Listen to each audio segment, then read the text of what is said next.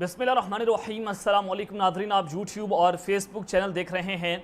मैं राना उज़ैर हूँ। नाज़रीन, पाकिस्तान की सियासत में इस वक्त सर्द जंग का आगाज़ हो चुका है, जहाँ पर तमाम इदारे एक दूसरे के गुत्थम गुत्ता हैं। तमाम सियासतदान जो हैं वो इस्टेब्लिशमेंट के साथ गुत्थम गुत्ता हैं, क्योंकि इस्टेब्लिशमेंट इस वक्त सियासतदानों पर यकीन करने को तैयार नहीं है। और सियासतदान जिसमें PDM की हुकूमत शामिल है, पीपल्स पार्टी पाकिस्तान मुस्लिम लीग नवाज, वो भी इस्टेब्लिशमेंट के ऊपर जनाब इस वक्त यकीन करने को तैयार नहीं है। इमरान खान साहब को तो बिल्कुल दीवार से लगा दिया गया, लेकिन दुबई प्लान इस वक्त आपने देखना है कि वो बहुत खतरनाक होता चला जा रहा है। कुछ ऐसी खबरें आज निकल कर सामने आ रही हैं जिसने मेरे कानों से धुआं निकाल कर रख दिया है कि PDM और आर्मी चीफ एक दूसरे के गुत्थम गुत्था हैं। सबसे पहली खबर पर जनाब आज हमने बात करनी है कि आर्मी चीफ को बरतरफ करने की साजिशें शुरू हो चुकी हैं। एक नया दुबई प्लान इस वक्त सामने आया है जिसने इस वक्त तहलका मचा कर रख दिया है, जिसने नया कट्टा खोल कर रख दिया है। आर्मी चीफ को बरतरफ करने की असल वजह क्या है, हकीकत क्या है, और नया आर्मी चीफ कौन हो सकता है मुमकिन तौर पर, इस हवाले से बड़ी इंपॉर्टेंट डिटेल्स हैं, वो मैंने आपके सामने रखनी है। और दूसरी खबर पर आज हमने बात करनी है कि इमरान खान के असल कातिल पकड़े गए हैं।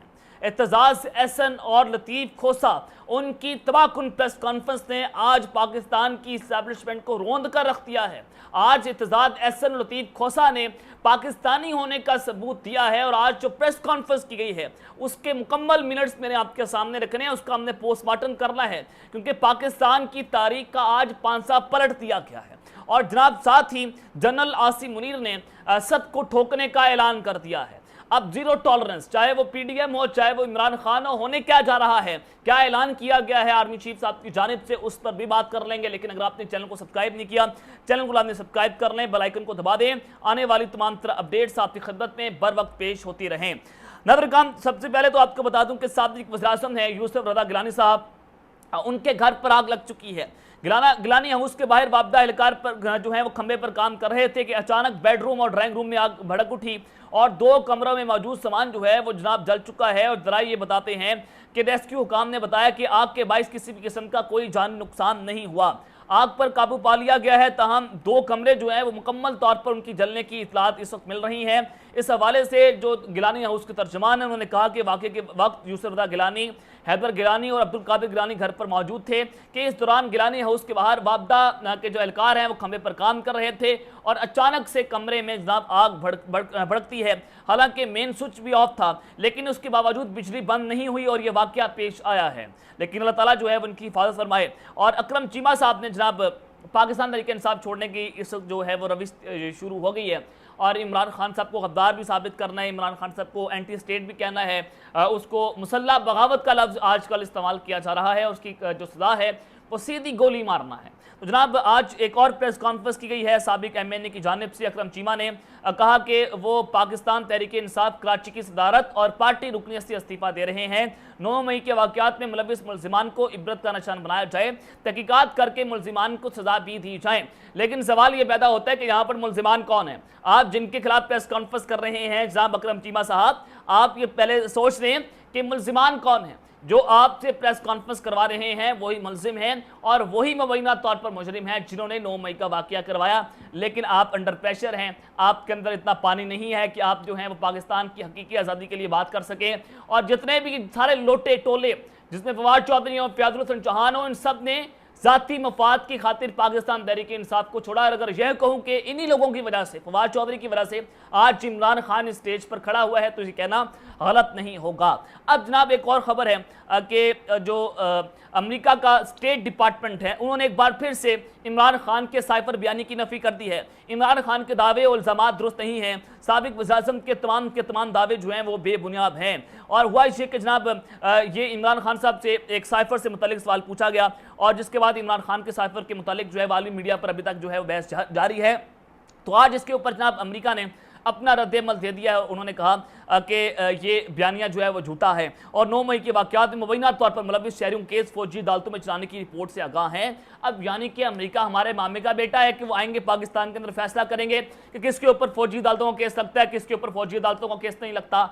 इसी के लिए इमरान खान साहब पाकिस्तान के लिए जदोजहद कर रहे थे कि जनाब पाकिस्तान का GHQ भी अमेरिका है, पाकिस्तान में हुकूमतें बनती टूटती भी अमेरिका के अंदर है। पाकिस्तान में बड़ी ताकतवरों की जो आप ऐसे कह लें कि उनकी रिक्रूटमेंट है, उनका लगाना है, वो भी अमेरिका की जानिब से जो है वो साइन करके आता है। तो अमेरिका पाकिस्तान का इस वक्त बाप बना हुआ है। इसके लिए इमरान खान साहब ने कहा था कि एब्सोल्युटली नॉट, और अभी तक इमरान खान उस एब्सोल्युटली नॉट की सजा जो है भुगत रहे हैं। लेकिन जनाब आपको ये बताना चाहता हूं कि साबिक सफीर है मलिया लोधी साहिबा, उन्होंने कहा है कि अमेरिका को पाकिस्तान का मजबूत पैगाम जा चुका है और पाकिस्तान को मजीद कुछ करने की जरूरत नहीं है। उन्होंने कहा कि अमेरिका और भारत के बयान के खिलाफ पाकिस्तान का रद्देअमल दुरुस्त था। पाकिस्तान के खिलाफ अमेरिका का बयान भारत को खुश करने की कोशिश थी।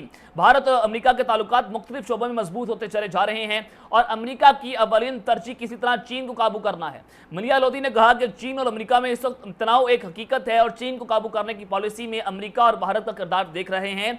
चीन के खिलाफ अमेरिका की पॉलिसी में पाकिस्तान का किरदार नहीं बनता और पाकिस्तान को किसी चीन मुखालिफ इत्तेहाद का हिस्सा नहीं बनना चाहिए और पाकिस्तान बन भी नहीं सकता।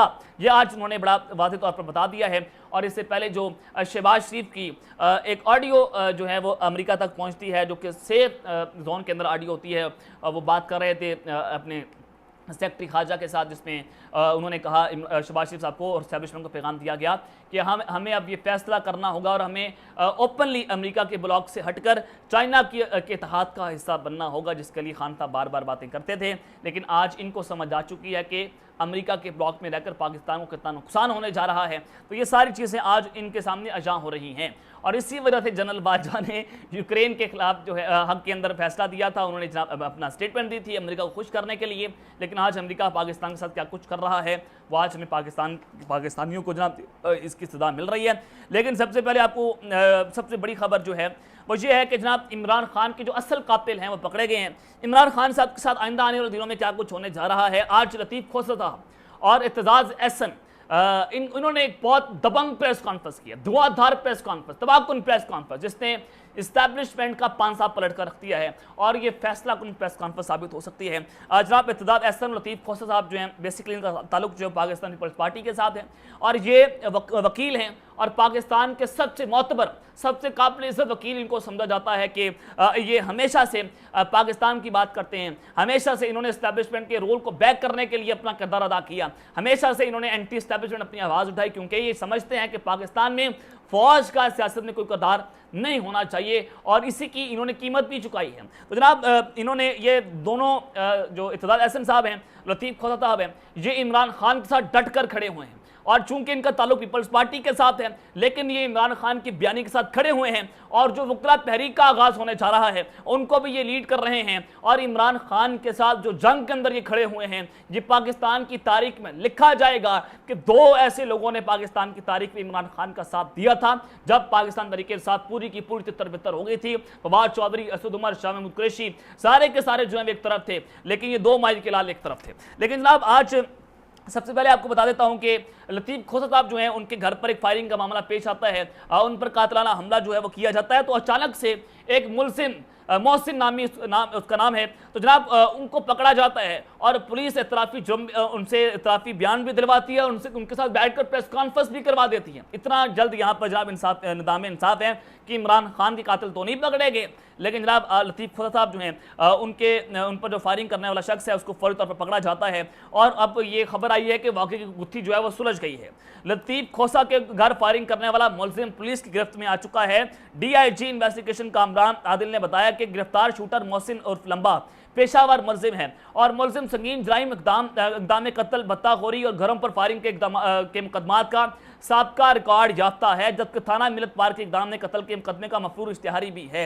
अब जनाब उन्होंने कहा कि 10 लाख रुपए में मुआवजा तय हुआ था, मुलजिम 1 लाख रुपए वसूल कर चुका था, जबकि मुलजिम मोहसिन ने तराफी जुर्म किया कि सियासी जमात यानी कि पाकिस्तान तहरीके इंसाफ के रहनुमा जुबैर न्यासी जो कि इमरान खान के इंतहाई करीबी साथी हैं, उनके कहने पर अपने साथी के हमला लतीफ़ खोसा के घर पर फायरिंग की है और मुलजिम के मुताबिक उसके बाद एतजाज़ एहसन के घर पर भी फायरिंग करना थी। अब जनाब यहाँ पर चीज़ें बड़ी वाज़ेह हो चुकी हैं कि इमरान खान के खिलाफ अब नया ट्रेंड जो है वो शुरू किया जा रहा है कि ये दोनों साथी लतीफ़ खोसा और इत्तेदाद एहसन इमरान खान के साथ खड़े हुए हैं। अब जनाब उनके हवाले से इमरान खान के साथ इनकी लड़ाई करवाने के लिए एक प्रेस कॉन्फ्रेंस करवाई जाती है। तो आज एक और प्रेस कॉन्फ्रेंस इत्तेदाद एहसन साहब और लतीफ खोसा साहब करते हैं। लतीफ खोसा साहब ने कहा कि जुबैर नियाज़ी से मेरा क्या ताल्लुक है, मेरी कोई इसके साथ दुश्मनी नहीं है और इनको नियाज़ी फोबिया हो चुका है कि हर बात पे इमरान नियाज़ी को डाल देते हैं और असल मुस्लिम को पकड़ो, उनके सहूलतकारों को पकड़ा जाए और मुझसे पूछे बगैर तुमने इकबाल जुर्म भी करवा लिया, तुमने प्रेस कॉन्फ्रेंस भी करवा ली, ऐसा हरगिज़ नहीं हो सकता। इत्तेदाद एहसन साहब ने कहा कि इन लोगों का असल मकसद इमरान खान को टारगेट करना है और आईजी पंजाब मुझे और खोसा को बुलाकर 9 मई पर तफ्तीश करवाए और वो खुद बताएगा कि 9 मई के जो सहूलतकार हैं, जो मनसूबा साज हैं, वो असल में कौन है। ये जनाब उन्होंने प्रेस कॉन्फ्रेंस की है और इमरान खान के यहाँ पर कातिल जो हैं वो भी पकड़े गए, वो भी जनाब आज बेनकाब हो चुके हैं। ये 2 नंबर प्रेस कॉन्फ्रेंस करवाना और इमरान खान के कातलाना हमले के ऊपर भी जनाब ये सारा कुछ हुआ था। लेकिन दूसरी जानिब जनाब जनरल जहांगीर करामत और जनरल आसिम मुनीर का एक अहम तरीन रब्ता हुआ है और जनरल जहांगीर करामत जो है पाकिस्तान के साबिक आर्मी चीफ हैं, इनका भी नवाज शरीफ साहब के साथ फड्डा पड़ा था और नवाज शरीफ ने इनको इस्तीफा देने पर मजबूर किया था और उसके बाद जनाब सारी चीज़ें जो है वो चलती हैं और बात जो है वो इस्तीफे तक चली जा चुकी थी। अब जनाब ये इनका रब्ता हुआ है, जनरल जहांगीर करामत ने आसिम मुनीर साहब से टेलीफोनिक रब्ता किया और उन्होंने सिफारिश की कि जो 3-4 जनरल्स हैं उनकी खवातीन को आप लोगों ने 9 मई के साने पर पकड़ा है, तो लिहाजा आप खवातीन तक ना जाएं, आप उनको रिहा कर दें, आप उनके साथ इस तरह का जुल्म ना करें। जनरल आसिम मुनीर ने इसके ऊपर भी तकब्बुराना जवाब दिया। उन्होंने कहा कि मेरा काम है, मुझ पर छोड़ दें, मैंने अपनी फौज चलानी है, अब कोई गुंजाइश नहीं है। ये उन्होंने बड़ा वाज़ेह पैगाम दिया और ये इमरान खान के लिए भी वाज़ेह पैगाम है कि अब अपने लोगों को नहीं छोड़ा जा रहा, तो लिहाजा आप इमरान खान साहब जो हैं उनकी तमाम गलत फहमियाँ जो हैं उनको भी दूर कर दिया गया है। तो जनाब दूसरी जानिब general Asim Munir army chief साहब जो हैं उनको बरतरफ करने की साजिशें जो हैं वो शुरू हो चुकी हैं, दुबई प्लान का ये हिस्सा भी हैं। अब होने क्या जा रहा है, मैंने आपको पहले भी बताया कि इस्टेब्लिशमेंट जो है वो पीपल्स पार्टी और नून लीग पर मुकम्मल यकीन करने को तैयार नहीं है और पीपल्स पार्टी और नून लीग इसी वजह से दुबई के अंदर बैठकर अपने मामला तय कर रही है क्योंकि पाकिस्तान में हमेशा से आरडीयू लीग का मामला चलता आ रहा है और ये दोनों जो हैं वो इस्टेब्लिशमेंट पर यकीन करने को तैयार नहीं है। ये सारी चीज़ें जो है वो चल रही हैं। इमरान खान साहब को तो ऑलरेडी दीवार से लगा दिया गया है। तो जराए हैं वो दावा करते हैं कि पाकिस्तान पीपल्स पार्टी और पीडीएम का ज्वाइंट वेंचर दुबई प्लान के मुताबिक जनरल आसिम मुनीर साहब को ठिकाने लगाना है मुबैना तौर पर, क्योंकि जनरल आसिम मुनीर जो हैं उनको पीडीएम की लीडरशिप जो है पसंद नहीं करती और नवाज शरीफ और जरदारी दोनों जनरल आसिम मुनीर साहब जो हैं उन पर इतबार करने को तैयार नहीं है कि एक नाकाबिले इतबार शख्स हैं, तो लिहाजा इनको ठिकाने लगाया जाए, लिहाजा इनसे इस्तीफा लिया जाए, इनको सैक कर दिया जाए और DCISI जिनकी जनाब जो मुद्दत मुलाजमत है वो सितंबर में ख़त्म होने जा रही है, उनको पहले भी सबस बाग दिखाए गए थे। मेरे जराए ने बताया था कि उनको आर्मी चीफ बनाने के लिए कहा जा रहा था कि आप तैयार रहें, आपको आर्मी चीफ बनाया जा सकता है।